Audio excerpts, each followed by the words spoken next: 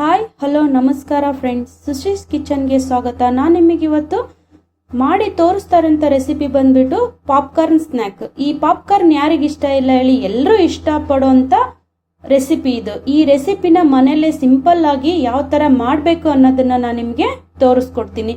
ಈ ಪಾಪ್ಕಾರ್ನ್ ಮಾಡಲಿಕ್ಕೆ ಬೇಕಾಗಿರೋ ಸಾಮಗ್ರಿಗಳು ಬಂದ್ಬಿಟ್ಟು ಜೋಳ, ಉಪ್ಪು, ಎಣ್ಣೆ, ಅರಿಶಿನ. ನೋಡಿ ಫ್ರೆಂಡ್ಸ್, ನಾನು ಇವಾಗ ಬಾಣಲೆನ ಇಟ್ಕೊಂಡಿದ್ದೀನಿ. ಈ ಬಾಣಲೆಗೆ ನಾನು ತಗೊಂಡಿರೋಂಥ ಜೋಳನ ಹಾಕಿದ್ದೀನಿ. ಇವಾಗ ಅದಕ್ಕೆ ನಾನು ಎಣ್ಣೆನ ಆ್ಯಡ್ ಮಾಡ್ಕೊತಿದ್ದೀನಿ.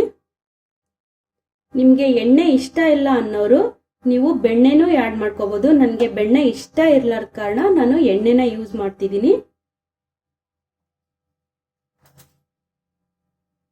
ಇವಾಗ ಇದಕ್ಕೆ 1/4 ಟೀ ಸ್ಪೂನ್ ಸಾಲ್ಟ್ನ ಆ್ಯಡ್ ಮಾಡ್ಕೊತಿದ್ದೀನಿ. ಇವಾಗ ಇದಕ್ಕೇನೆ ನಾನು ಹಳದಿನ ಅಂದ್ರೆ ಅರಿಶಿನನು ಆ್ಯಡ್ ಮಾಡ್ಕೊತಿದ್ದೀನಿ. ಇವಾಗ ಇದನ್ನ ನೀಟಾಗಿ ಕೈ ಆಡಿಸ್ಕೊಳ್ಳಿ.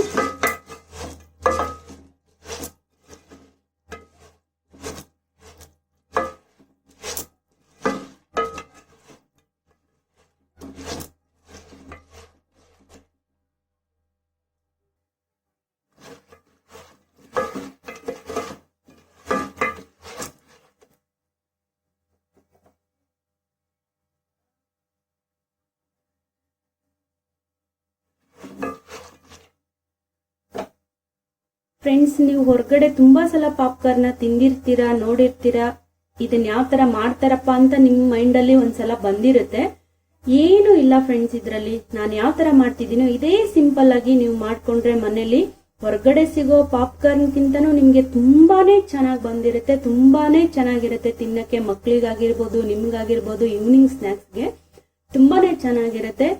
ಈ ಜೋಳ ಬಂದ್ಬಿಟ್ಟು ನಿಮ್ಗೆ ಕಿರಾಣಿ ಶಾಪ್ಗಳಲ್ಲೂ ಸಿಗುತ್ತೆ. ನಿಮ್ಮ ಅಕ್ಕಪಕ್ಕ ಸಿಗೋಂತ ಕಿರಾಣಿ ಶಾಪ್ಗಳಲ್ಲಿ ಕೇಳಿ ನೋಡಿ. ಸಿಕ್ಕರೆ ನೀವು ಮನೇಲಿ ಒಂದ್ಸಲ ತಗೊಂಡ್ ಬಂದ್ಬಿಟ್ಟು ಮಾಡಿದ್ಮೇಲೆ ಯಾವ ತರ ಬಂದಿದೆ ಅನ್ನೋದನ್ನ ಪ್ಲೀಸ್ ನಂಗೆ ಕಮೆಂಟ್ ಬಾಕ್ಸ್ ಮೂಲಕ ಕಮೆಂಟ್ ಮಾಡಿ ಫ್ರೆಂಡ್ಸ್. ಇವಾಗ ನೋಡಿ ಜೋಳ ಸಿಡಿತಿದೆ. ಇವಾಗ ಇನ್ನೊಂದ್ಸಲ ಇದನ್ನ ಕ್ಲೀನಾಗಿ ಕೈ ಆಡಿಸ್ಕೊಂಡು ಈ ತರ ಲಿಡ್ನ ಕ್ಲೋಸ್ ಮಾಡ್ಕೊಳ್ಳಿ ಫ್ರೆಂಡ್ಸ್. ಇಲ್ಲ ಅಂದ್ರೆ ಎಣ್ಣೆ ಮತ್ತೆ ಪಾಪ್ಕಾರ್ನ್ ಮಕ್ಕಕ್ಕೆ ಸಿಡಿದ್ಬಿಡುತ್ತೆ. ನೀವು ಕ್ಲೋಸ್ ಮಾಡ್ಕೊಳ್ಳೇಬೇಕು.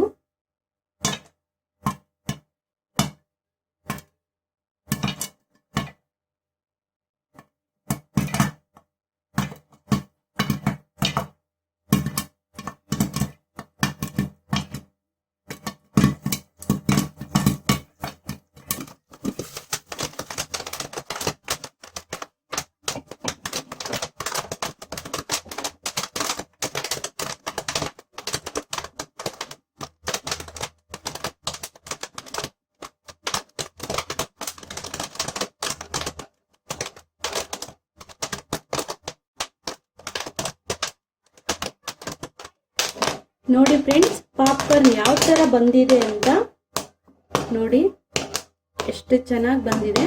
ಇದೇ ತರ ನೀವು ಮನೇಲಿ ಒಂದ್ಸಲ ಟ್ರೈ ಮಾಡಿ ಫ್ರೆಂಡ್ಸ್. ಓಕೆನಾ? ನಾನು ಇವಾಗ ಇದನ್ನ ಸರ್ವಿಂಗ್ ಬೌಲ್ಗೆ ಸರ್ವ್ ಮಾಡ್ಕೊತೀನಿ. ನೋಡಿ ಫ್ರೆಂಡ್ಸ್, ನಾನು ಪಾಪ್ಕಾರ್ನ್ ಸರ್ವಿಂಗ್ ಬೌಲ್ಗೆ ಸರ್ವ್ ಮಾಡ್ಕೊಂಡಿದ್ದೀನಿ. ನೀವು ಇದೇ ತರನೇ ಪಾಪ್ಕಾರ್ನ್ ಮನೇಲಿ ಟ್ರೈ ಮಾಡಿ ಫ್ರೆಂಡ್ಸ್. ತುಂಬಾನೇ ಚೆನ್ನಾಗಿರುತ್ತೆ. ನೀವು ಮಾಡಿದ್ಮೇಲೆ ಯಾವ ತರ ಬಂದಿದೆ ಅನ್ನೋದನ್ನ ಕಮೆಂಟ್ ಬಾಕ್ಸ್ ಮೂಲಕ ಕಮೆಂಟ್ ಮಾಡಿ. ನನ್ನ ನೆಕ್ಸ್ಟ್ ವಿಡಿಯೋಗಾಗಿ ನನ್ನ ಚಾನೆಲ್ನ ಸಬ್ಸ್ಕ್ರೈಬ್ ಮಾಡಿ. ಪಕ್ಕದಲ್ಲಿ ಕಾಣುವಂತ ಬೆಲ್ ಐಕನ್ನ ಕ್ಲಿಕ್ ಮಾಡಿ. Thank you.